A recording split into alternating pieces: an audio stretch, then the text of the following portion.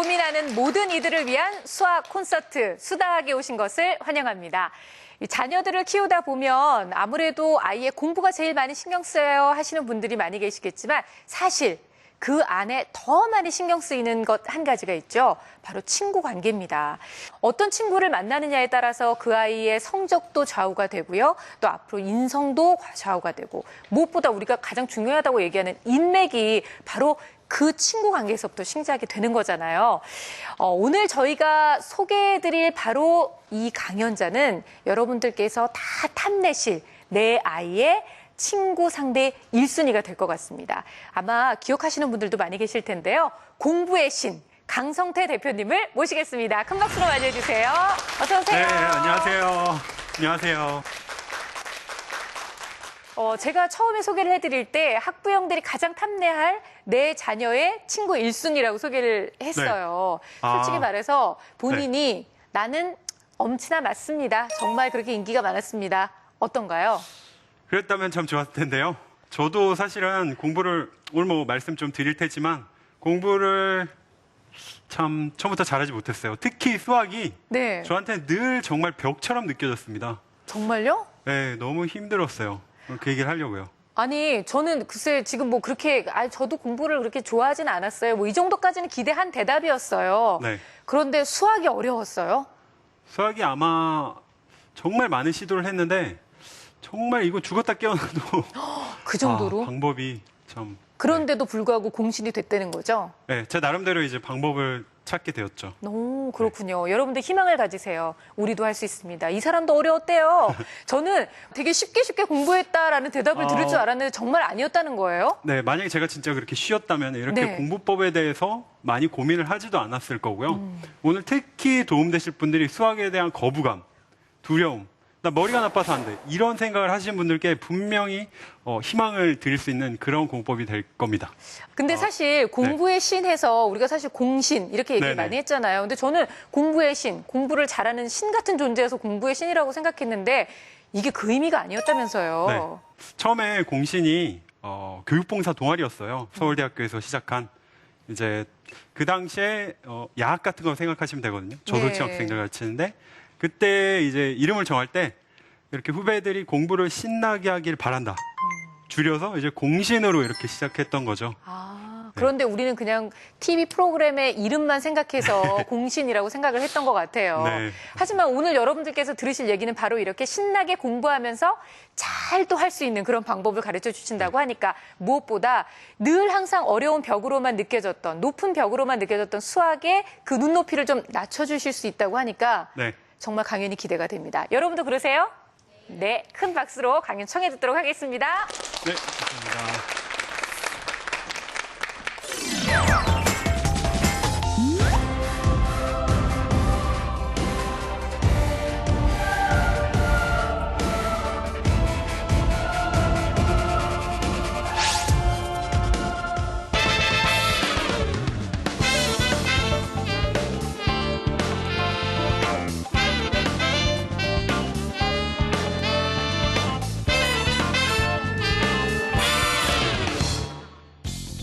하루 또 지나잖아요. 학습했던 거에 10분의 1도 남아있지 않습니다. 정말 속이 뒤집어지는 거예요. 무조건 잡아야만 됐어요. 너가 한 번 볼 거면 아예 펼치지도 마. 막 문제가 풀려요.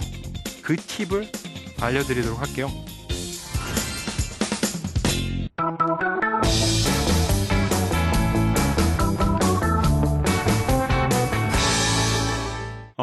제가 오늘 처음으로 이제 소개해드릴 사람이 있습니다. 저희 공신에서 같이 멘토 활동을 했던 친구인데요. 이런 학생이 있습니다. 자, 보면은 뭐 거의 무시무시하죠. 한국 물리올림피아드 금상. 옛날에 금상 한 번 타면 뭐 서울대 간다 뭐 이런 식이었거든요. 근데 한 번 아니고 두 번. 그래서 서울대학교 특기자 전형 민족사원고라는 학교가 있죠. 저기 시골에 있어요. 그 학교 조기 졸업 2년 만에 대통령 장학생, 뭐 장학금도 많이 받고. 이런 학생 공부를 어떤 식으로 할까요? 수학 공부할 때 이제 선생님 설명하시잖아요, 수업 시간에. 그럼 들으면 다 바로바로 이해할까요? 그리고 뭐 한번 보면 다 기억해요. 다시 볼 필요가 없고. 저도 그렇게 생각했거든요. 왜냐하면 저도 그냥 굉장히 평범했어요. 공립 초중고 나와서 그냥 일반적인 수능 받고, 특히 저는 뭐 학창 시절을 원래 시골에서 했어요. 경북 점촌에서 했었거든요. 그러다 보니까 이런 뭐 특목고나 이렇게 공부 잘하는 친구들을 사실 만날 기회도 별로 많지 않았어요. 그래서 저는 이런 친구들은 정말 공부에 대한 고민이 하나도 없을 줄 알았고, 한 번 보면 다 기억할 줄 알았어요. 근데 아니더라고요. 아닙니다. 제가 이 학생이 저희 공신에서 활동하는 멘토이기도 하지만 제가 실제로 멘토링했던 저희 멘티이기도 했습니다. 좀 더 와닿게 말씀드리면 이분이 제 동생입니다. 친동생이에요. 시작한 지 10분 만에 저를 이제 미워하기 시작하시는 분위기가 느껴지고 있어요. 네, 저 사람 뭐야? 이런 느낌이군요. 자, 저랑 5살 차이가 나요. 제가 대학생 때 제 동생은 중학생이었어요. 그러니까 뭐 형이랍시고 가르쳐 봤겠죠? 근데 저는 제 동생 가르치면서 제 동생 그야말로 죽일 뻔했어요. 정말 속이 뒤집어지는 거예요. 좀 이렇게 설명해주고 이러면 도무지 너무 답답한 거예요. 그리고 이제 다음 시간 돼가지고 아 지난번에 이거 배웠지 이제 진도 좀 뽑아볼까 이러면은 아무것도 몰라요. 다시 시작해야 돼. 그래가지고 제가 진짜 그 당시에는 형제의 연을 끊고 싶었어요. 진심으로. 자, 이런 제 동생이었는데요. 제 동생 이 당시 이제 중학교 때 중등 경시를 했어요. 물리 경시대를 하는데 이때 물리, 화학, 생물, 지구화학 이 4과목을 사실 고등학교 과정까지 공부해야 됩니다. 고등학교 2 과정까지요. 그래서 이만한 두꺼운 자습서가 있어요. 보통 많이 보는. 근데 제 동생이 그 당시에 이 자습서를 무려 각 한 권을 10번씩을 봅니다. 한 교재를요. 10번을 봤다고요. 자, 근데 제가 이런 어떤 스펙을 보여드리지 않고 제가 가르쳤던 어떤 학생이 있는데 10번을 봐야지만 이해를 할 수 있었어요. 이렇게 말씀드리면 아마 뭐 그런 바보가 다 있어요. 이렇게 생각하실지 모르겠습니다. 근데 실제 제 동생의 이야기고 저희 공신들의 이야기입니다. 자, 이렇게 10번을 보라고 했던 거는 사실 저의 공부법이 담겨 있었어요. 저의 경험이 담겨 있었어요. 저는 제 동생한테 어떤 공부를 할 때요, 철칙이 하나 있었는데요. 어떤 책이든지 간에 너가 한 번 볼 거면 아예 펼치지도 마. 이게 저의 핵심 이제 공부 방법이 있어서 철칙이었는데요. 자, 아까 시작할 때 저도 수학에 대해서 정말 고민 많았다고 말씀드렸잖아요. 너무 두려웠어요. 특히 열등감이 너무나 컸습니다. 저는 이렇게 문제를 풀면요, 안 풀리죠. 어려운 문제, 응용 문제 같은 거 안 풀린단 말이에요. 근데 공부 잘하는 친구들 보면요, 얘네들은 진짜 뭘 먹고 컸는지 막 풀어 제껴요. 그리고 수학 공부하는데 정말 힘든 게 뭔가요? 왜 답을 보지 말라고 합니다. 답을 보지 말래요. 근데 문제집에 답지는 왜 실어놨는지 모르겠어요, 근데. 진짜 제가 답을 안 보고 수학 공부를 시도해 봤던 적이 있거든요. 한 일주일 동안 문제 안 풀리는데 답 안 보고 계속 붙들고 있었어요, 한 문제를. 7일 동안. 답이 나왔을까요? 답이 없죠. 답이 안 나옵니다. 이 답을 안 보라고 하는데 이걸 붙들고 있으면 있을수록 나는 진짜 머리가 나쁜가? 수학은 역시 난 안 되는 것 같아. 수학을 포기해야 되나? 막 이런 생각만 계속 늘어나갔어요. 그리고 특히 이렇게 수학이 두려운 학생들, 좀 수학이 부족한 학생들 보면요, 이제 좀 공통점 중에 하나가 문제집을 굉장히 많이 삽니다. 굉장히 많이 썼어요, 저도. 서점 가면은 새로운 문제집 나오거든요. 막 서점 누나가 추천해주고 이러면 이거 풀면은 이제부터 잘할 것 같아. 안 사면 안 될 것 같고. 특히 1등 하는 친구가 새로운 문제를 풀고 있어요. 그러면 안 사면 안 되거든요. 왠지 나만 뒤처진 것 같고. 그래서 제가 수학은 문제집이 정말 많았어요. 다른 과목에 비해서 거의 시중에 모든 출판사의 문제집 이렇게 다 소장하고 있었어요. 거의 컬렉션이었어요. 이제 책장을 보면은 종류별로 다 있습니다. 여러분 밥 안 먹어도 배부른 그런 느낌 있죠? 공부를 안 해도 성적이 이미 오른 듯한 느낌. 그런 기분이었어요. 근데 그때 보면요, 제가 문제집 한 권 꺼내가지고 수학 풀어요. 풀면은 어려워지고 그냥 지겹잖아요. 그럼 저는 이 잽싸게 다른 문제집을 갈아탑니다. 풀어요. 또 지겨워요. 또 갈아타고. 그러다 뭐 포기하기도 하고 다른 과목 공부하기도 하고요. 그러니까 맨날 보면은 수학 교재를 그 문제지를 보면요, 단 한 권도 제대로 푼 게 없어요. 여기 좀 끄적였다가 저기 끄적였다가 그 맨날 앞부분만 이제 보는 거죠. 그래서 맨날 집합만 풀고 있어요. 그 집합은 하여튼 자신이 있는데 수학은 늘 불안했어요.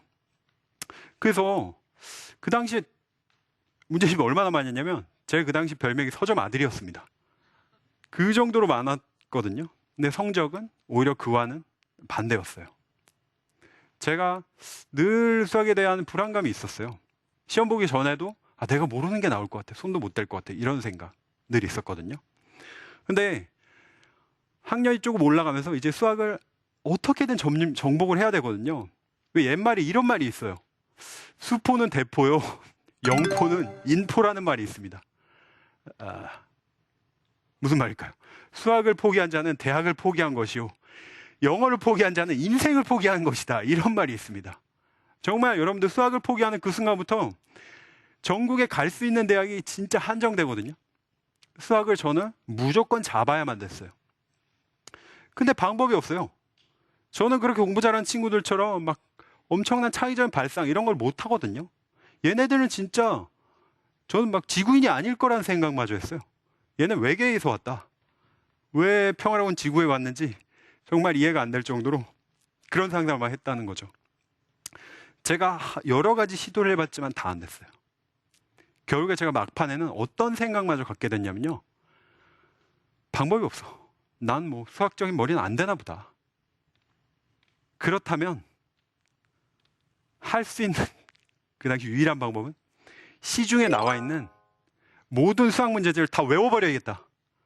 이 생각을 했습니다.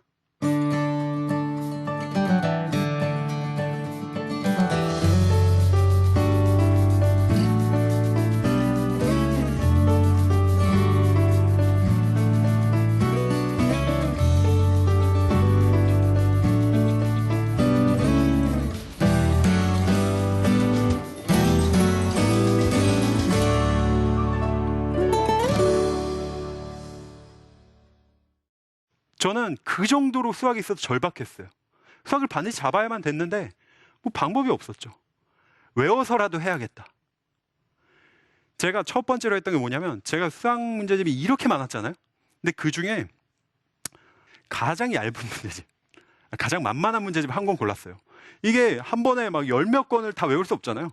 그래서 한 권을 고른 다음에 그 한 문제, 나머지는 이제 다 제끼고요. 그 한 권만 집중하기로 했습니다. 그래서 그 문제집을 어떤 식으로 풀었냐면 처음에 틀린 문제가 굉장히 많이 나오겠죠. 그럼 이 틀린 문제를 제가 이제 그 당시에 답도 봤어요. 왜냐하면 답을 안 보고 그냥 끝까지 붙들고 있으면 이건 수학이 계속 싫어지는 거예요. 대신 답을 보는 대신에 절대로 답을 보니까 죄책감이 좀 들잖아요. 내가 이러면 안 되는데 뭔가 불효한 느낌이 들어요.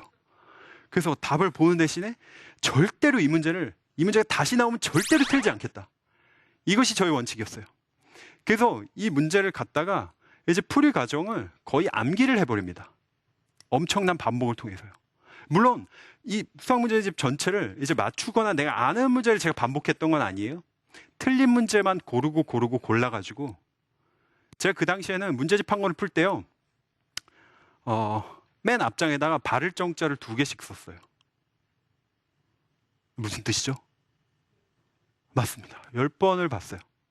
물론 모르는 부분만 골라서 내가 틀린 부분, 모르는 부분만 골라가지고 그렇게 봤어요. 자, 근데 제가 한 권을 그렇게 맞췄어요. 문제집 한 권, 단 한 권을. 그리고 나서 물론 그 문제집은 뭐 지금이라도 갖고 온다고 한다면 넘겨가면서 여러분들이 어려워 보이는 거, 이거 풀어봐요, 이거 풀어봐요 하면 제가 거의 바로 풀 수 있을 정도로 완벽하게 마스터를 했습니다. 근데 놀라운 일이 두 번째 문제집 풀면서부터 일어나기 시작했어요. 두 번째 문제를 푸는데 지금까지 경험해보지 못했던 일이 일어나는 거예요. 막 문제가 풀려요. 어떻게 내가 이럴 수 있지? 정말 많은 문제들 제 혼자의 실력으로 풀게 된 거예요. 자, 그래서 이 두 번째 문제를 푸는데 틀린 문제가 첫 번째 문제를 풀 때에 비해서 현저히 줄어들었어요. 그러니까 틀린 문제가 적으니까 그 두 번째 문제집을 완전히 이렇게 마스터하는 데는 첫 번째 문제집 걸렸던 시간 절반도 채 걸리지 않았어요.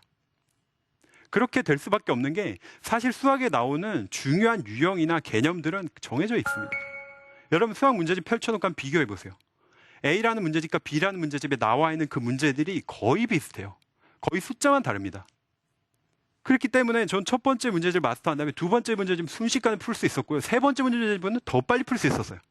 네 번째 문제집, 다섯 번째 문제집. 저는 그런 식으로 수학을 점점 자신감을 찾게 됐던 거죠. 자, 이 정도로 하니까 저한테는 수학 공부하는 데 있어서 개념이나 아니면 기본적인 유형들이 완전히 머릿속에 자리 잡기 시작합니다. 자신감이 있으니까 이제 어려운 응용 문제에 막 겁도 없이 도전하게 돼요. 그리고 이미 풀었던 문제도 이렇게 푸는 방법이 아니라 다른 방법으로 푸는 방법까지도 제가 고안해내기 시작합니다. 수학이 풀리기 시작하니까 재미가 있는 거예요. 이렇게 해보고 저렇게 해보고 이게 마치 무슨 퀴즈 내가지고 마치듯이 저는 그때부터 수학의 재미를 조금씩 느끼기 시작했다는 거죠. 이게 제가 이제 공부를 하는 데 있어서 수학에 있어서 자신감을 찾게 된, 성적을 올리게 된 가장 큰 계기였어요. 그러니까 여러분들 제가 수학을 저 사람은 암기를 통해 가지고 했대. 거부감을 느끼시는 분들이 있으실 거예요. 근데 암기라는 게 그냥 무조건 외우는 게 절대 아닙니다. 여러분들이 그 개념을 머릿속에 확실히 집어넣는 거고요. 수학이란 과목은 굉장히 여러분들 실용적인 과목이죠. 일종의 도구를 여러분들이 습득하는 것과 같습니다. 수학 문제의 해법들, 특히 개념들을 여러분들 머릿속에 넣는다는 것은 마치 여러분들이 도구를 가지고 있어요. 그래서 못이 있으면 여러분 망치라는 도구로 이제 박죠. 가위가 있으면 종이를 자릅니다. 그 젓가락으로는 김치를 먹고 숟가락은 국을 먹고 마치 이런 것처럼 여러분들이 그런 도구를 여러 가지를 가지고 있으면 그런 상황에 그 도구를 꺼내가지고 그 문제를 해결하면 돼요. 다르지 않아요. 수학도 그렇게 실용적일 수 있거든요. 여러분들이 가지고 있는 개념과 기본적인 유형들이 머릿속에 있다면 각각 나오는 그 문제 상황들을 아주 여러분들 여유롭게 요리를 할 수 있다는 겁니다. 자, 저는 이제 동생한테 수학 문제 제가 10번을 봤던 이 한 권을 마스터했던 그런 이야기를 당연히 이제 해주게 됐고요. 제 동생 또한 제 방법을 따라서, 물론 제 동생은 저보다는 수학적인 능력이 좀 더 뛰어나긴 했어요.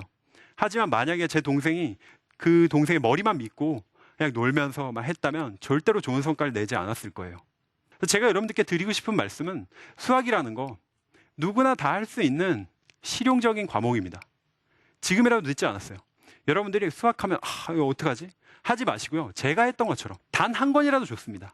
대부분 학생들한테 수학 문제, 전 수학을 못해요. 수학 포기했어요. 이렇게 말하는 학생들을 보면요. 단 한 권의 문제집도 마스터한 적이 없는 거예요. 심지어 그 교과서조차도. 근데 한 권의 책도 제대로 마치지 않고서 수학 나는 못하겠어요. 이렇게 말하는 거는 사실 수학에 대한 예의가 아니죠. 우리 친구 사귀는 것도 마찬가지예요. 그냥 한 번 보고 대충 뭐 인사 나누고 하는 얘 내 베프야. 이렇게 말하는 사람은 왕따인 거죠. 이런 것처럼 여러분들이 한 번 보고 두 번 보고 여러 번 봐야만 된다는 것입니다. 자, 1 곱하기 3이 있어요. 3 곱하기 1이 있습니다. 둘 중에 어떤 숫자가 더 클까요? 맞아요. 수학적으로는 같은 숫자입니다. 근데 공부법에 있어서는, 특히 수학 공부법에 있어서는 1 곱하기 3이 훨씬 더 큽니다. 이게 무슨 뜻이냐면요. 한 권의 책이나 하나의 개념을 3번 본 것. 그것이 3권의 책이나 3개의 개념을 한 번씩 본 것보다 훨씬 더 효과적인 뜻입니다. 자, 여러분들 제가 오늘 말씀드렸던 건 수학에 있어서 어떤 복습하는 방법이에요.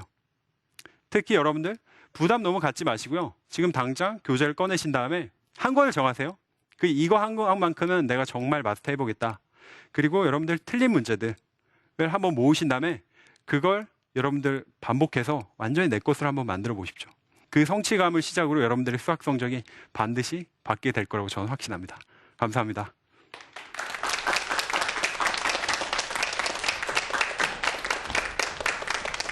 깜짝 놀랐어요. 네. 이제 말도 잘해요. 감사합니다. 옛날에는 공부만 잘하고 말은 조금 어눌했다고 생각했는데 이제 말도 잘하게 됐어요. 네. 이것도 훈련의 효과? 1 곱하기 3? 이런 건가요? 그런 것 같습니다. 진짜 1 곱하기 3과 3 곱하기 1은 엄청난 차이가 있는 거네요. 네. 학생들이 의도적으로 복습이나 반복을 안 하려고 그러는 경우가 있어요. 수학은 그냥 창의성, 아니 기본적으로 나온 그 재능의 학문이라고 생각을 합니다. 네. 근데 절대 그렇지 않더라고요. 그 공신들의 어떤 공통점 하나를 꼽자고 한다면 수학에 있어서 이 친구들이 정말 무서울 정도로 복습을 착실하게 합니다. 네. 동생을 가르친 경험이 있잖아요. 네네. 사실 이제 오늘 여기 나와 계시는 많은 학부모님 여러분께서는 네. 그 동생을 가르쳤던 이 강성태 대표의 마음으로 네. 지금 오늘 여기 오신 거거든요. 정말 말보다는 손이 먼저 올라가는 거를 어떻게든 꾹꾹 눌러 참으면서 네. 정말 왜 이렇게까지 얘기하는데 못 알아들을까 막 네. 고민하면서 진짜 참 어려운 일이죠. 가족을 가르친다는 건. 그렇죠. 뭐 제 동생이 그때 자기는 이제 학대를 당했다고 그런 얘기를 하더라고요. 아니 근데 오늘 얘기를 들으면서 사실 우리가 공부할 때요. 외워서 공부하는 사람들이 있어요. 그리고 암기 과목을 유난히 잘하는 사람들이 있는데 다들 하시는 말씀이 수학은 외우는 과목이 아니다. 이해하는 과목이다. 이렇게 네. 배우지 않으셨어요? 그리고 우린 당연히 수학은 맞아요. 이해해야 한다고. 근데 네. 오늘 반대 의견을 내놓은 거잖아요. 근데 기억하셔야 될 게 있습니다. 반드시 기억하셔야 될 게. 우리가 심리학적으로, 교육학적으로 이해하는 것과 암기하는 것이 다르지 않아요. 우리 이게 되게 좀 문제예요. 고정관념이 있습니다. 사회 같은 과목은 무조건 외워야 돼. 네, 근데 오히려 이거 이해하지 않으면 절대로 고득점할 수 없어요. 맞아요. 그리고 수학 이해를 안 같은 하면 경우는- 외워지지도 않아요, 저는. 맞습니다. 이게 우리 머릿속에서 일어난 프로세스 자체가 다르지 않거든요. 근데 우리가 너무 이걸 이분법적으로 생각을 하는 게 오히려 공부하는 데 있어서 발목을 잡고 있는 게 아닐까 생각합니다. 근데 저는 이런 의문이 들었어요. 오히려 강 대표님 같은 경우는 네. 뭔가 그래도 기초가 좀 있으니까 네. 그런데 아주 어려운 부분만 잘 몰라서 그거를 외웠으니까 성공한 거다. 네. 그런데 우리가 생각하는 기초 개념도 아직 잘 잡히지 않은 네네. 정말 수학에는 관심이 전혀 눈꼽만큼도 없는 내 아이한테 10번씩 이 문제집을 거의 먹다시피 할 네네. 정도로 너는 외워서 하면 할 수 있어. 근데 이게 진짜 될까요, 그것도? 제가 걱정되는 것은 이제 집으로 돌아가신 다음에 네. 문제판은 던져놓고 자 발정자 2개 써라 이러시면 안 되고요. 특히 기초가 부족한 학생들한테 정말 강조해드리고 싶은 게 뭐냐면 수학에서 정말 중요한 게 적절한 난이도입니다. 이건 뭐 기초가 부족한 학생뿐만 아니라 네. 수학에 있어서 재미를 느끼기 위함. 우리가 게임을 해도 학생들 게임을 해도요 정말 중요한 게 재미있는 게임은 예를 들어 게임을 시작했는데 막 너무 어려워요. 그럼 하기 싫죠. 네. 반대로 너무 쉬워요. 막 시작하자마자 끝판 다 깼어요. 그것도 재미없어요. 재미없죠. 네. 게임 또한 적절한 난이도가 아니면 절대 재미를 느낄 수 없습니다. 수학도 마찬가지. 기초가 부족하다면 그 기초부터 탄탄하게 다지고 가는 방법 외에는 없어요. 왜 1등 하는 친구들이 막 엄청 어려운 문제 푼다고 그거 막 사 주신 다음에 이거 뭐 이번 방학 때 이번 학기에 다 풀어야 돼. 이러면 오히려 수학을 하지 말고 싫어하라는 뜻과 마찬가지거든요. 네. 그러니까 처음에 가장 얇은 문제집을 선택했던 것처럼 네. 가장 만만한 문제집으로 기초 개념을 다진 후에 네네. 문제를 외우면 되겠네요. 그렇죠. 그런 방법도 한번 써보시면 좋을 것 같아요. 네네. 자, 2부 강연에서는요, 공부의 신의 1000명의 그 네. 데이터를 분석해서 가져오셨다고 얘기를 들었어요. 네, 무려 엄친아 1000명의 아니, 데이터를 이 분석해서. 친구들이 단 한 명도 똑같은 패턴으로 공부를 하진 않았을 거 아니에요. 그렇죠. 조금씩은 다 다른 것 같아요. 근데 저희가 이걸 어느 정도 일반화시키려는 이제 노력을 했거든요. 네. 오늘 드디어 그 결과를 좀 여러분들께 소개해드리고 싶습니다. 다른 사람들이 아닙니다, 여러분. 공신 1000명의 데이터를 분석해서 정말 공부의 왕도? 이렇게 네. 얘기해도 될까요? 공부의 왕도를 여러분께 알려드리도록 하겠습니다. 기대되시죠? 자, 빨리 박수를 청해 듣도록 하겠습니다. 네.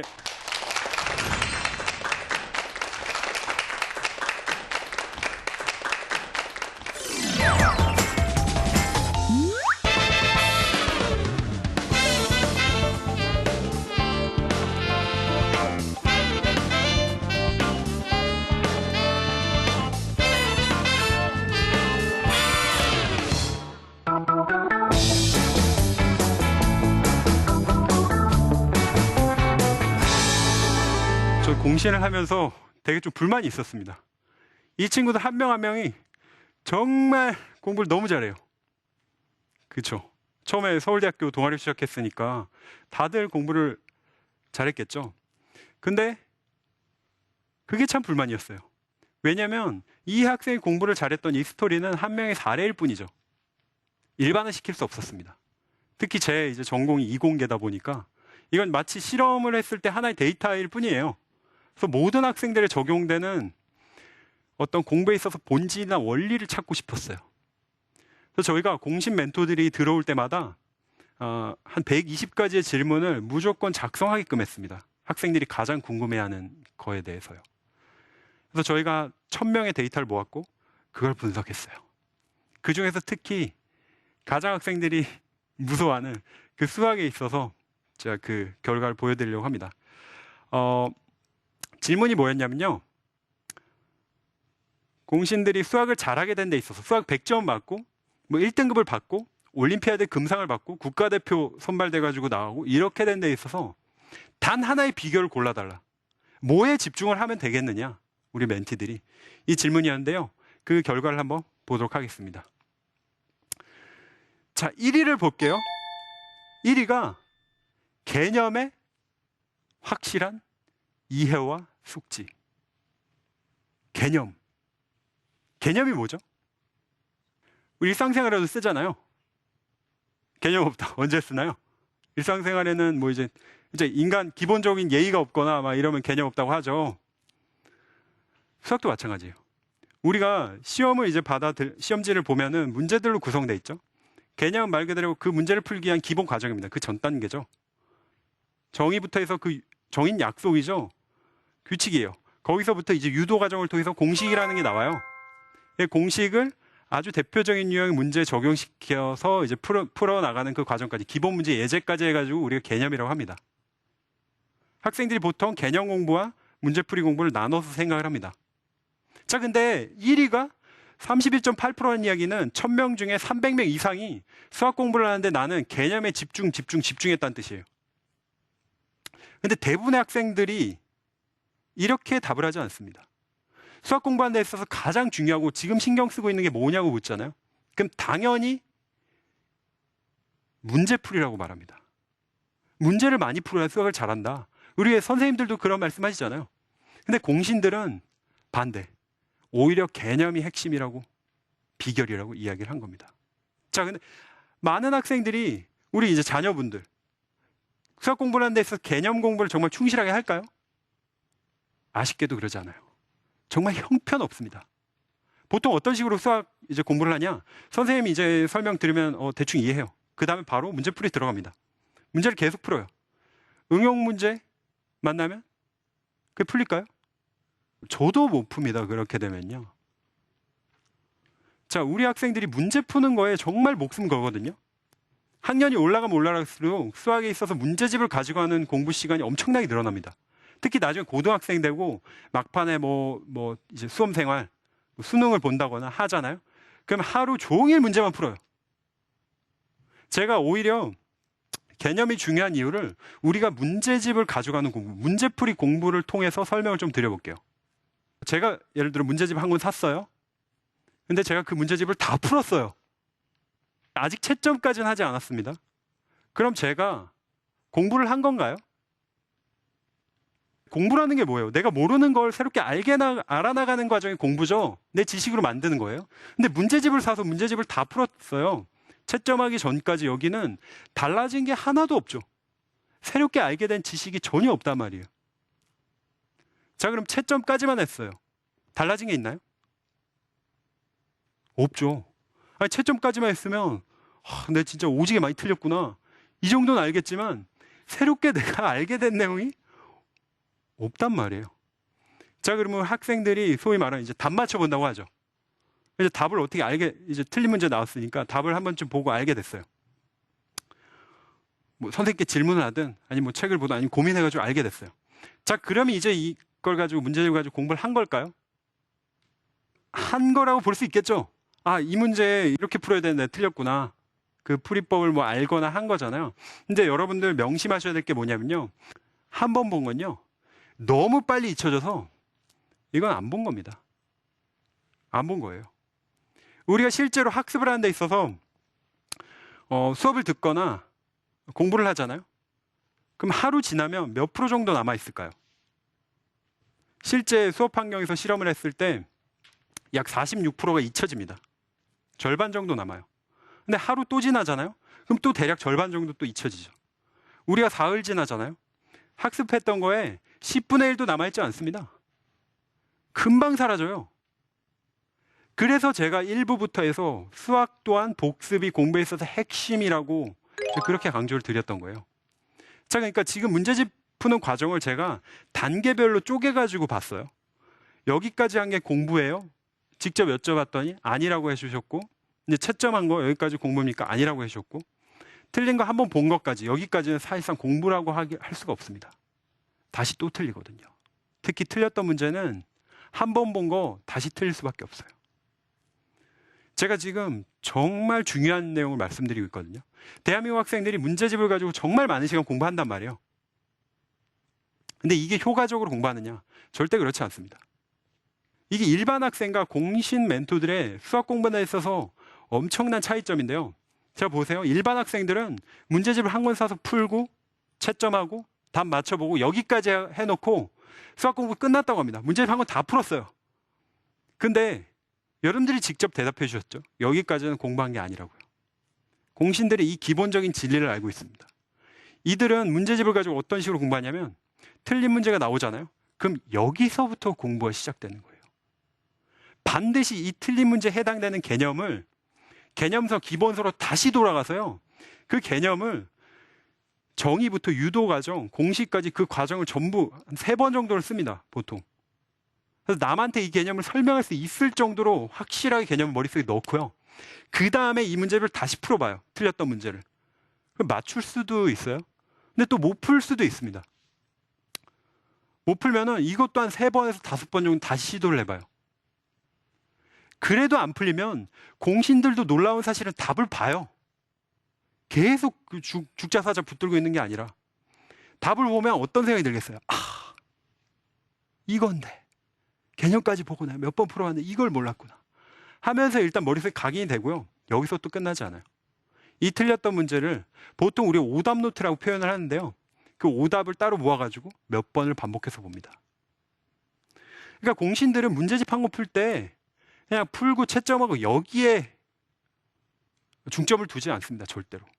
틀린 문제가 나오면, 즉 모르는 내 개념이나 그게 나오면 반드시 개념으로 개념 공부를 탄탄하게 해가지고요. 이 하나의 문제를 이 개념이 나오거나 이와 비슷한 유형 나왔을 때 절대로 틀리지 않게끔 만드는 게 그냥 보면은 문제 하나를 거의 씹어 먹을 정도로 완전히 내 걸로 마스터합니다. 이게 바로 공신들이 수학 문제집을 가지고 하는 공부예요. 엄청난 차이인 거죠. 왜냐하면 문제 푸는 것도 보세요. 문제 푸는 그 과정은 사실상 거의 껍데기입니다. 문제 자체는요. 제가 좀 극단적으로 표현했는데요. 문제를 우리가 왜 풀죠? 시험 문제를 왜 내나요? 수학에 있어서 이 학생이 개념을 제대로 파악하고 있는지 이걸 평가하기 위함이에요. 문제 자체는 본질이 아닙니다. 목적이 아니라고 수단입니다. 그래서 수학 개념은 바뀌지가 않아요.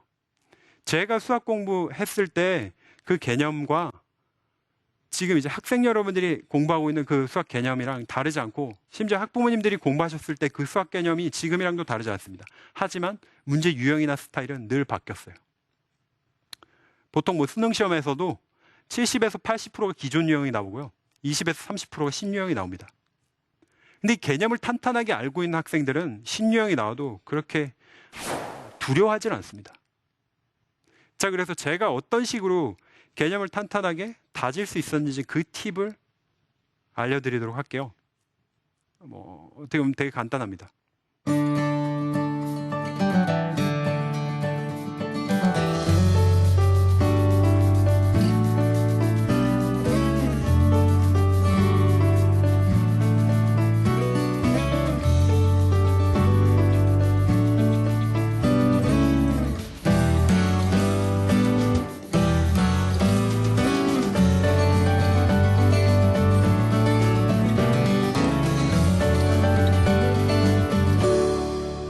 수학 공부를 하는 데 있어서 개념을 완전히 마스터할 수 있는 방법이 뭐냐면요. 교과서 있잖아요. 교과서의 그 개념을 통째로 외우시면 됩니다. 아주 간단하죠.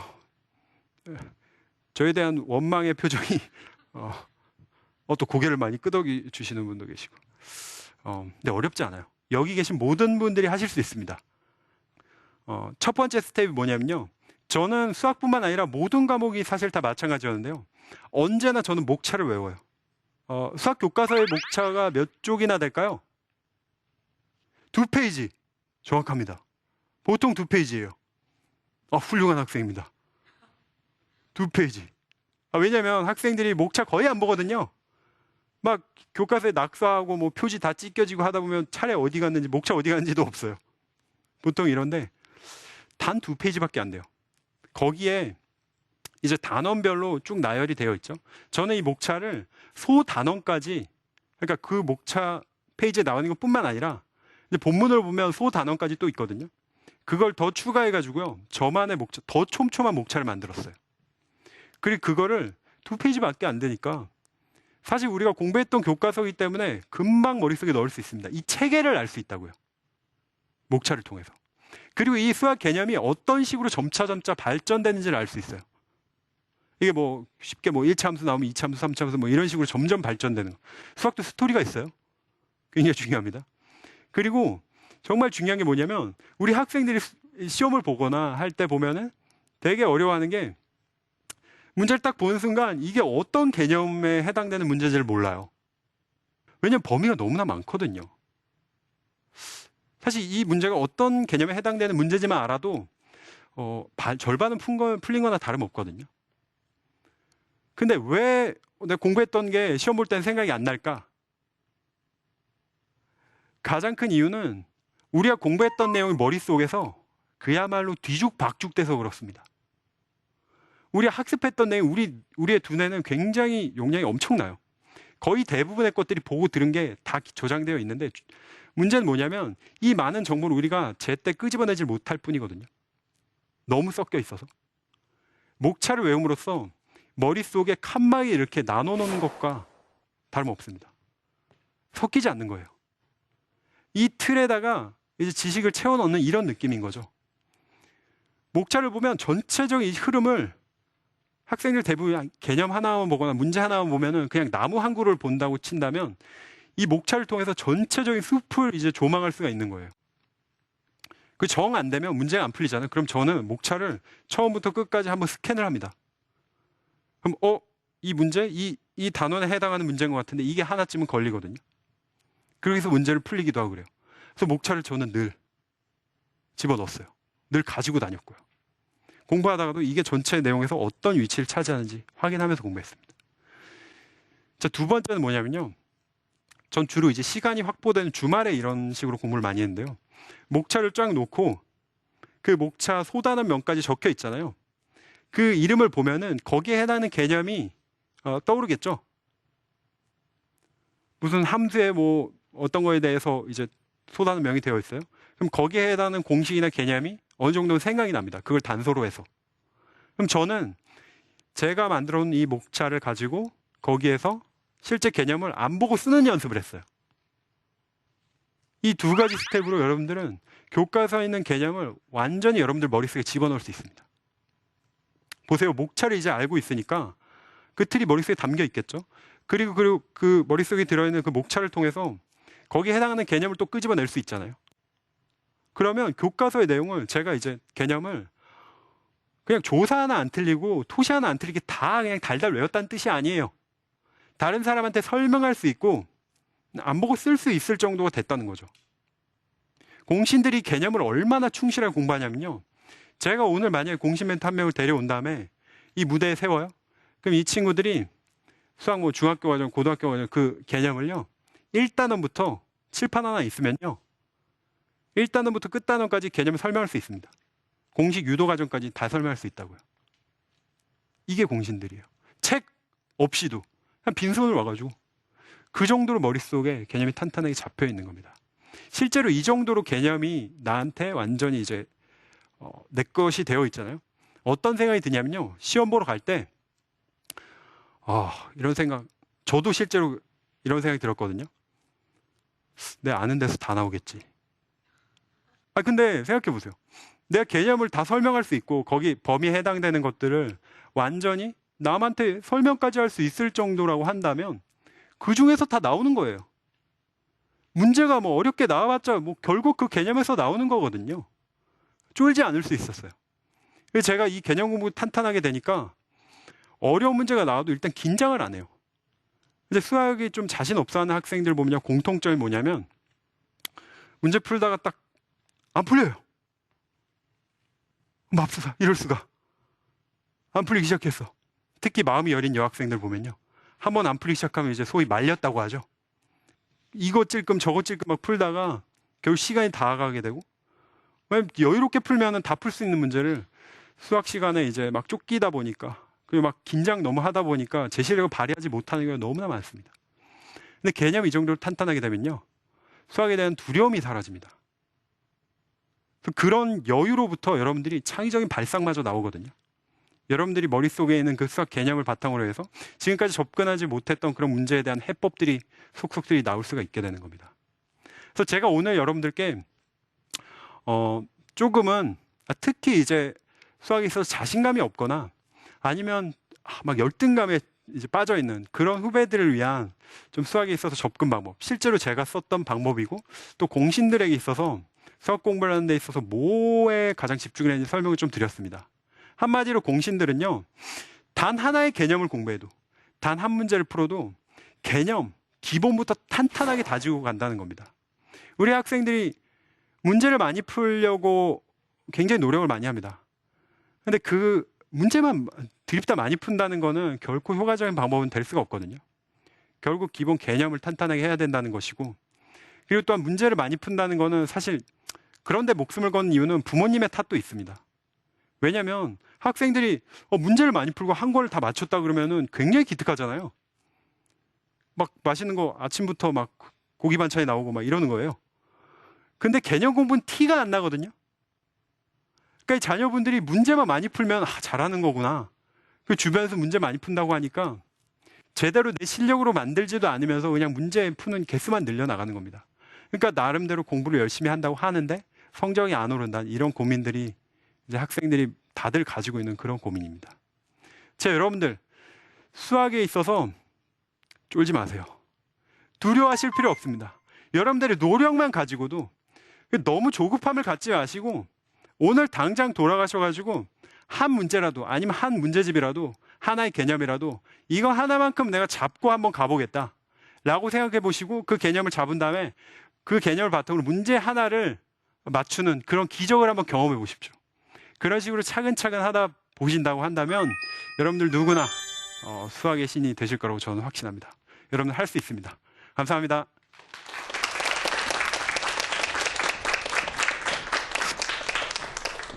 그래요. 내가 네. 오늘 정말 중요한 거를 깨달았어요. 네. 수학 문제라는 것은 개념을 잘 이해했는지를 확인하고자 하는 거잖아요. 네, 맞습니다. 그럼 우리는 개념을 알면 이미 정답은 다 알고 있는 거잖아요. 네. 그 문제의 정답이 중요한 게 아니라 그 수학 개념이라는 걸 우리가 이미 정답을 알고 있다면 그 숫자가 조금씩 바뀌는 거에 대한 대처만 잘하면 되는 거 아닐까요? 네. 근데 학생 여러분들이 그걸 못해요. 왜냐하면 그러니까요. 늘 조급함에 빠져 있어요. 그래서 제대로 개념도 안 된 상태에서 문제 풀이 들어가거든요. 막 응용 문제 풀려고 하고 막 이러는데 그러니까 안 풀리는 거예요. 당연히 개념을 3번, 5번 이상은 봐야지 이제 제대로 내게 되고 네. 이제 응용 문제도 좀 도전할 수 있는데 그게 안 되니까 되게 나는 애초부터 못해 이런 생각하게 되는 이유 중에 하나예요. 그리고 문제집을 많이 풀어야겠다는 욕심이 드는 건 결국은 아까 말씀하셨다시피 부모님의 욕심을 채워드리기 위한 네. 게 맞는 것 같아요. 그렇죠. 어떻게든 내가 눈에 보이는 가시적인 성과를 내가 이뤄냈는지 안 네. 이뤄냈는지를 확인하고자 하는 부모의 욕심 때문인 것 같고요. 네. 그리고 결론적으로 봤을 때 우리 강 대표님이 정말 문제집을 10번씩 풀었던 이유는 기초 개념을 그 풀이하는 과정 속에서 다져져 나간 거죠. 문제만 푼 게 아니라. 네. 네, 제가 잘 정리한 거 맞아요? 너무나 훌륭하세요. 네, 오늘 진짜 이 공부의 신은 이렇게 공부를 어떻게 하면 신나게 할 수 있는지 그 기본적인 원리부터 파헤쳐 나갔구나라는 거를 네. 깨닫게 됐고요. 아까 중간에 그 오답 노트 얘기했잖아요. 네. 그래서 자기가 틀린 게 있으면 오답 노트를 만들어서 그거를 풀이해가는 과정을 통해서 결국은 기초 개념도 알아갔다. 네. 오답 노트는 어떻게 만들면 효과적인가요? 제가 드리고 싶은 말씀은 오답 노트는 어디까지나 수단일 뿐이에요. 그렇죠. 뭐냐면 오답 노트는 핵심이 반복이거든요. 틀린 문제를 내가 반복해 보기 위해서 그걸 따로 모아서 노트를 만드는 거잖아요. 근데 학생들 보면 오답 노트 자체가 목적이 돼 있어요. 그렇죠. 오답- 이걸 또 엄청나게 네. 잘 해놓잖아요. 뭐 맞아요. 별표에 무슨 뭐 그 형광펜도 색깔별로 그래놓고 안 보죠. 안 보죠. 네, 안 이게 보면 뭐 할 현실이거든요. 거냐고요. 맞아요. 그래서 저는 노트를 만들겠다는 생각 자체도 안 했고 이제 틀린 문제가 나오면 내가 왜 틀렸는지 그 내가 생각해내지 못했던 개념만 밑에 살짝 줬고요. 칼로 내 귀퉁이 오린 다음에 봉투에다 넣었어요. 그리고 대신 봉투에 이제 카드처럼 되게 여러 번 꺼내서 엄청나게 반복을 했죠. 그러니까 어쨌든 내가 틀렸던 것은 확실하게 알고자 했던 거는 분명히 있었던 거네요. 자, 그런데 저만 이렇게 뭐 더 하고 싶은 얘기가 많지는 않을 것 같아요. 많은 분들께서 정말로 궁금한 점도 많이 있으실 것 같은데요. 자, 이제 시작해 보겠습니다. 에스크메스 수학에게 묻다 함께합니다.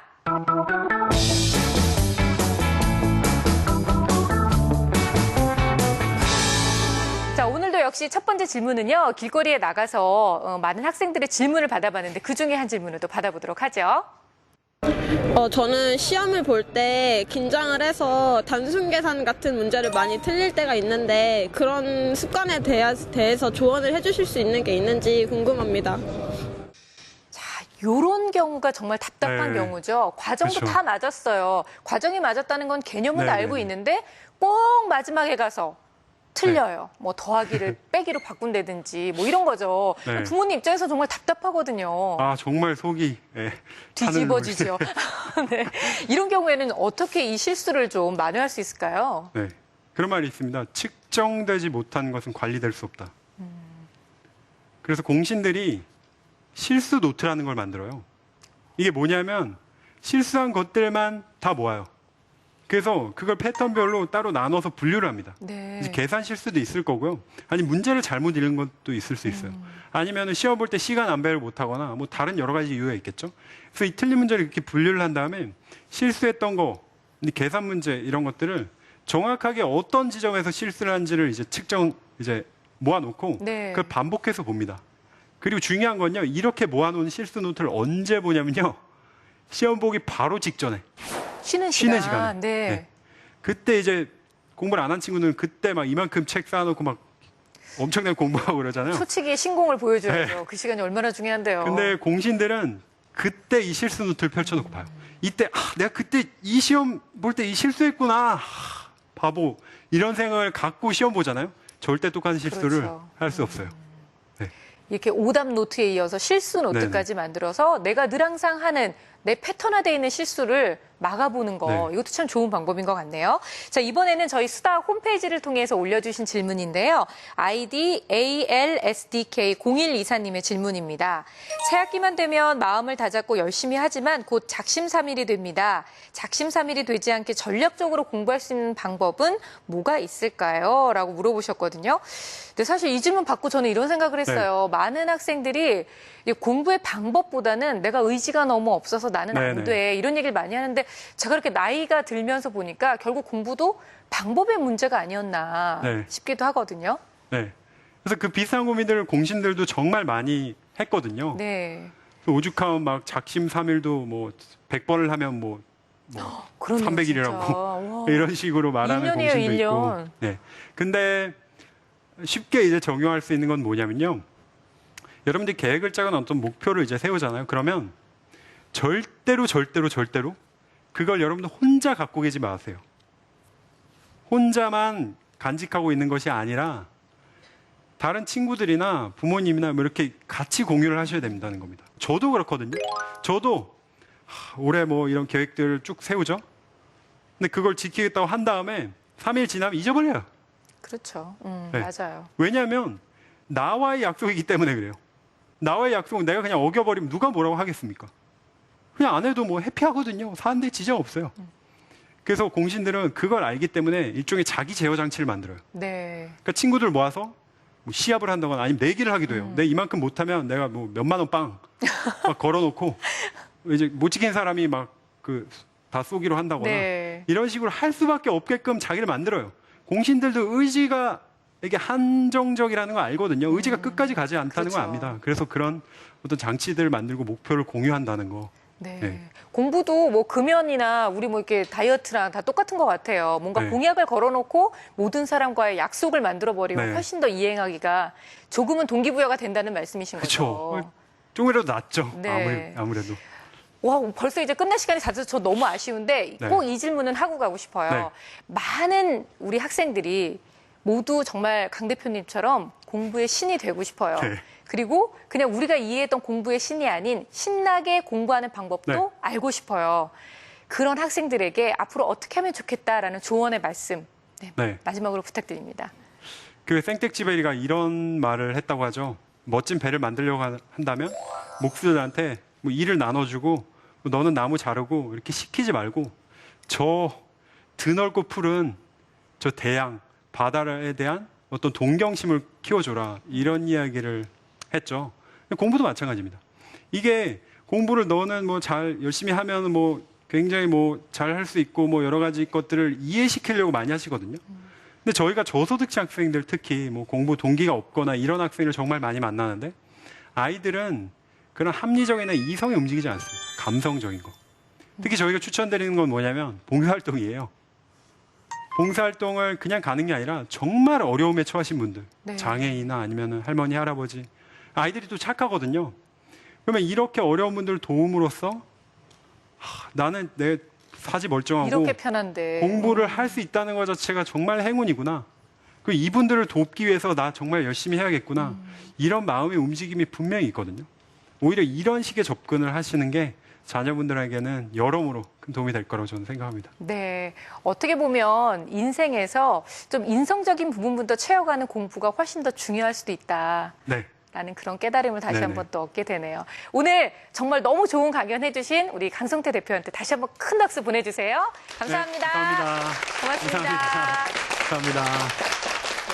자, 무엇보다 더 큰 희망인 것은 우리 이렇게 훌륭한 성인으로 자라난 강성태 대표 역시 수학이 어려웠었고요. 그리고 늘 항상 공부를 잘하는 영재는 아니었었다는 거예요. 누구나 다 함께 조금만 노력한다면 그리고 그 개념을 알기 위해서 노력한다면 수학의 신이 될 수 있다는 말 꼭 기억하시기 바라겠습니다. 자, 수다학과 함께하고 싶으신 분들은요. 아래로 나가고 있는 주소를 통해서 방청 신청하시면 됩니다. 언제나 문 활짝 열고 기다리고 있겠습니다. 수다학, 다음 주에 더욱더 즐거운 수다학으로 찾아오겠습니다. 감사합니다.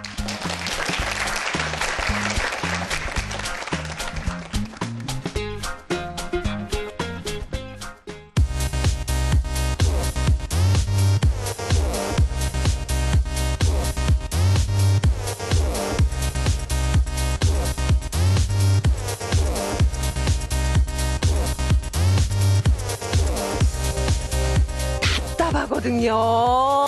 나 이거 못 푸는데 로그 몰라도요. 잘 먹고 잘 살 수 있어요. 우리 아이에게 혼자서 공부를 좀 스스로 잘할 수 있게끔 유도할 수 있는 방법이 없을까 해서요. 이름하여 바로 지기칭 방법이라는 건데요.